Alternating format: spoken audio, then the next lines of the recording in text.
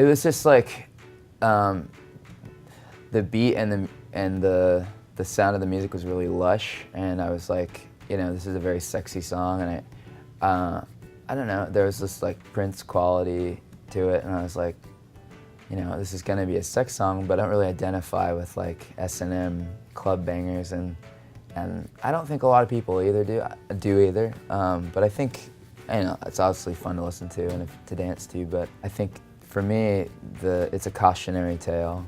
I was sort of in that transitional period of figuring out if I should take this friendship to a more sexual relationship.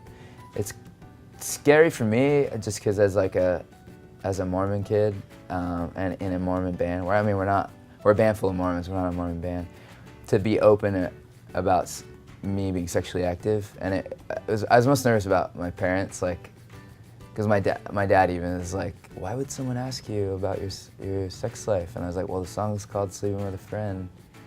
It's kind of what's happening.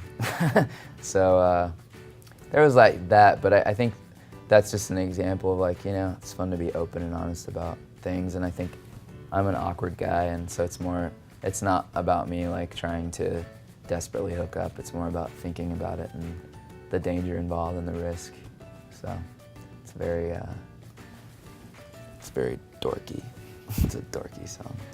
We had success really quick, it seemed, when we initially had our first single, Animal, go really big. And it was something we didn't really think about, but then when it happened, I always felt like we were playing catch up, and I always felt mentally, like even like physically, I was like figuring out who I was on stage. And that was a weird sort of thing for me to like struggle with while getting more popularity. And I always looked up to the people that I enjoyed, like their music, and I don't know, it had a lot of weight. So at some point I just had kind of an unhealthy outlook on life, and I told my band and manager I wanted a break. We canceled the tour, and I went and saw a therapist and started really getting happy. It took a little while, and there's a lot of things I'm still, you know, working on, but it really translated to the music, and it made me re-energized and excited to write songs again, because I think at some point when you have success, like, it can get to the point where you don't have a lot to write about anymore, except for like success or fame or something. And for me, I don't ever want to be writing about those things because I think it's pretty boring. So it gave me a new outlet to write about. And this album reflects like the color of life, and like the you know, real happiness I've found again in it.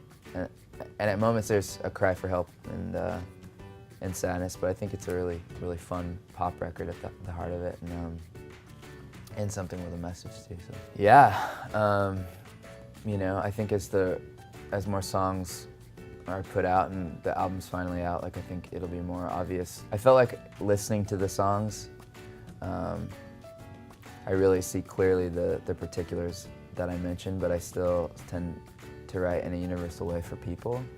I know that the singer of Churches, she said this really cool thing where she was like, I don't like to talk too much about the songs that I write, because once we put them out, they're someone else's. And I like that. I like that idea. Like, so for me, I don't want to do too much of a disservice, but at a point, I felt like I was going to be doing a disservice to the record if I didn't really try to like be like, okay, well, I'm facing some demons, and I'm gonna write about those things. Mexico kind of came from me being really, really stubborn and not wanting to write music and just remain on a break. And Tim was like, well, if the label wants you to write music, why don't you tell them, okay, let's go somewhere and you guys pay for it.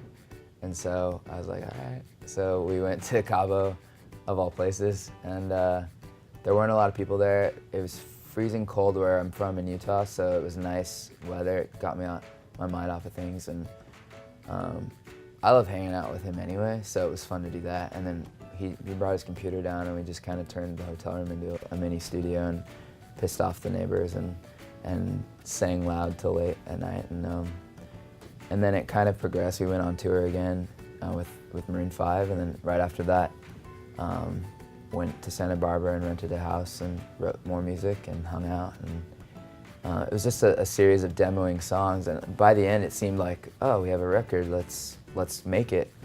So we brought the demos to the band and enhanced it all and made it the album it is. So it's cool not to be under too much of a timeline, where I felt like on the second album there was a real timeline, and I was like, we were planning tours and I was talking to my A&R while we were recording in between, you know, songs and stuff, and there was like this pressure that wasn't there on the third record, which is I think the best way to write music. I think my suggestion to any artist or musician is to try to like really get away from the pressure cooker. I know it can be difficult, but it's a song called Text Me in the Morning, and it's probably the most neon treesy song. If people are familiar with, like, you know, the songs on the radio. It's basically me evading a girl that's trying to get me to sleep with her. And I think in real life I'm very like, I'm such a wallflower and mama's boy that I kind of get like turned off by someone clamoring to hook up. So it's just kind of an honest opening, and it's basically talking about like, if you're still sure that you and I look good together, then text me in the morning and let me know. So it's not a sequel to Call Me Maybe.